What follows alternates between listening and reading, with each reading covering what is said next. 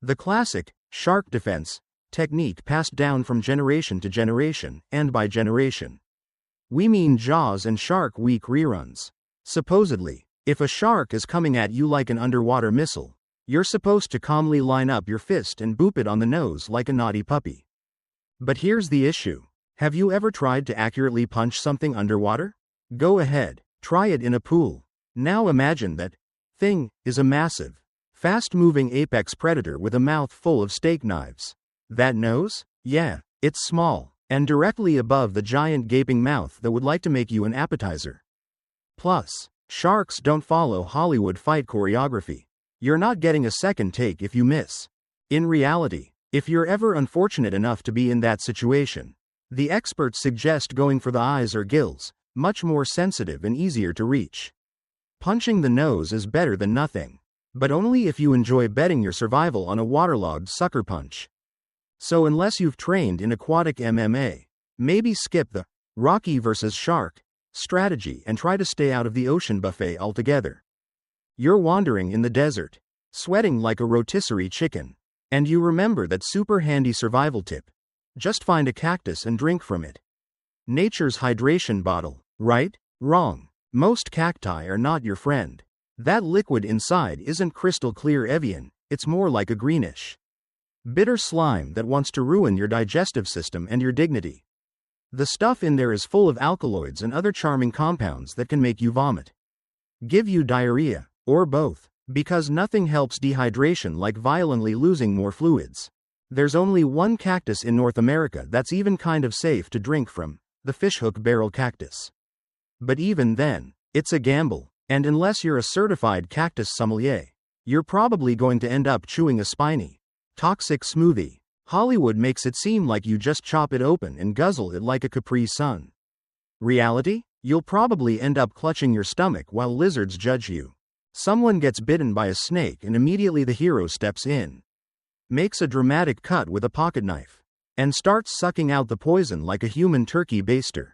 Heroic, noble, also completely useless. Let's break this down. First, cutting open a snakebite wound just adds more trauma and increases the risk of infection.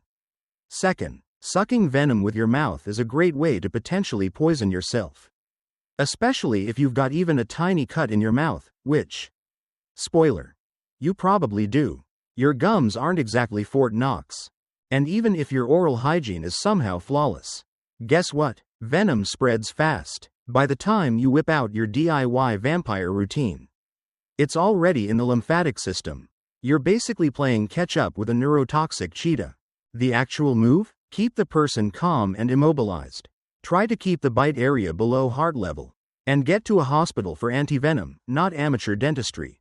Because the only thing worse than a venomous snakebite is two people with medical emergencies because one of you decided to French kiss the wound.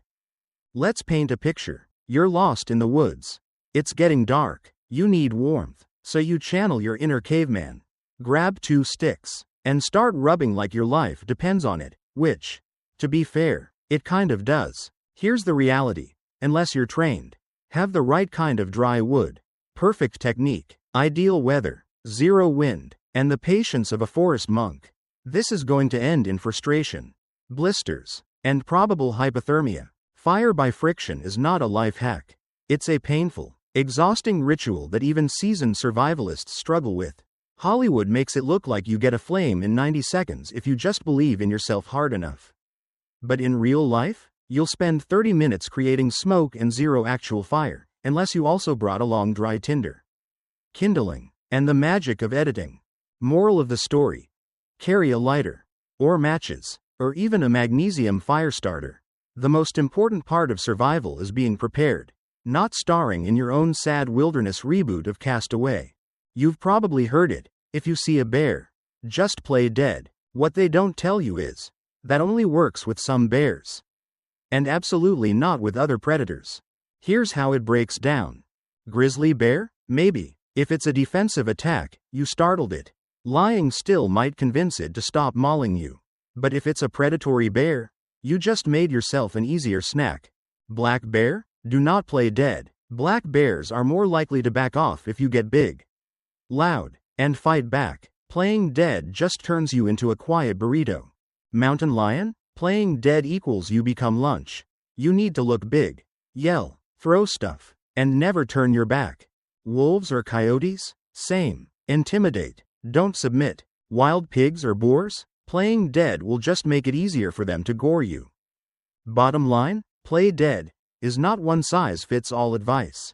Sometimes it works. Sometimes it gets you featured on a "What Not to Do in the Wild" documentary. You're driving down a flat highway. You see a tornado, and you remember that one scene from a movie where people hide under a bridge. Sounds smart, right? Solid concrete over your head. Some shade from the apocalypse? Nope. That's a death trap. Wind gets amplified under overpasses. Kind of like a wind tunnel. That, safe, little crawl space? It'll funnel debris straight at your face like a high-speed blender. Plus, there's zero protection from the sides, and flying debris is what actually kills people in tornadoes. The better move? Get out of your car. Lie flat in a ditch or low ground. And cover your head. If there's no low ground, stay in your seat, seatbelt on, head down below the windows. Overpasses are for cars, not surviving natural disasters. Classic survival advice, right? Water always leads to civilization.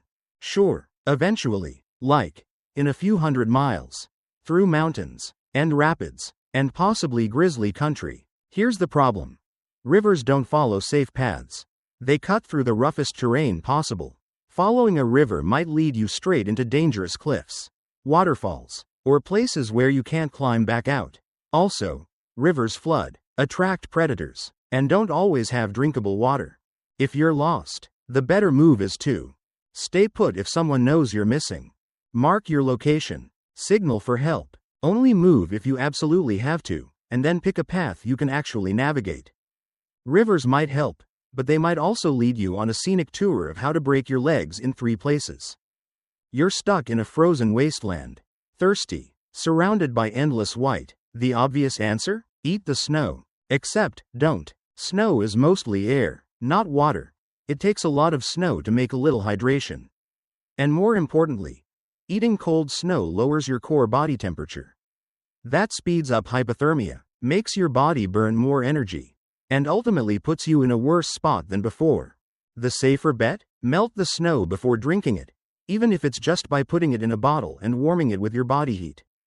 Unless you want to be both dehydrated and frozen, skip the snow cones. This sounds logical in everyday life, but in survival situations, waiting until you feel thirsty is a huge mistake.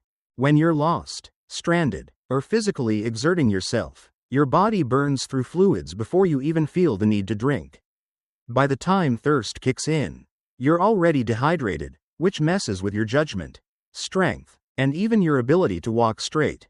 The kicker? Cold, high altitude, or stressful environments suppress thirst. You might not even realize how badly you need water until you can't function. Survival isn't about reacting, it's about staying ahead of the curve. So yeah, sip that nasty water you filtered from a mossy puddle, before your body starts making weird decisions without your permission. In movies, people build huge fires, wave at helicopters, and get rescued in a dramatic montage. In reality, signal fires are a gamble, and often just a waste of energy and resources. If your fire is too small, no one sees it. Too much wind or fog, it vanishes. Too remote, no one's looking there anyway. And while you're gathering wood, you're burning precious calories and water. The truth? Modern search and rescue teams use GPS, aerial scans, and tech, not just smoke signals.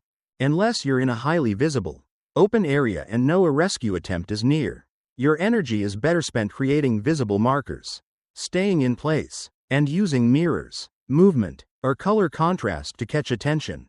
Fires are warm, fires are nice, but unless you're on an island with a volleyball named Wilson, they're not the rescue magic you think they are.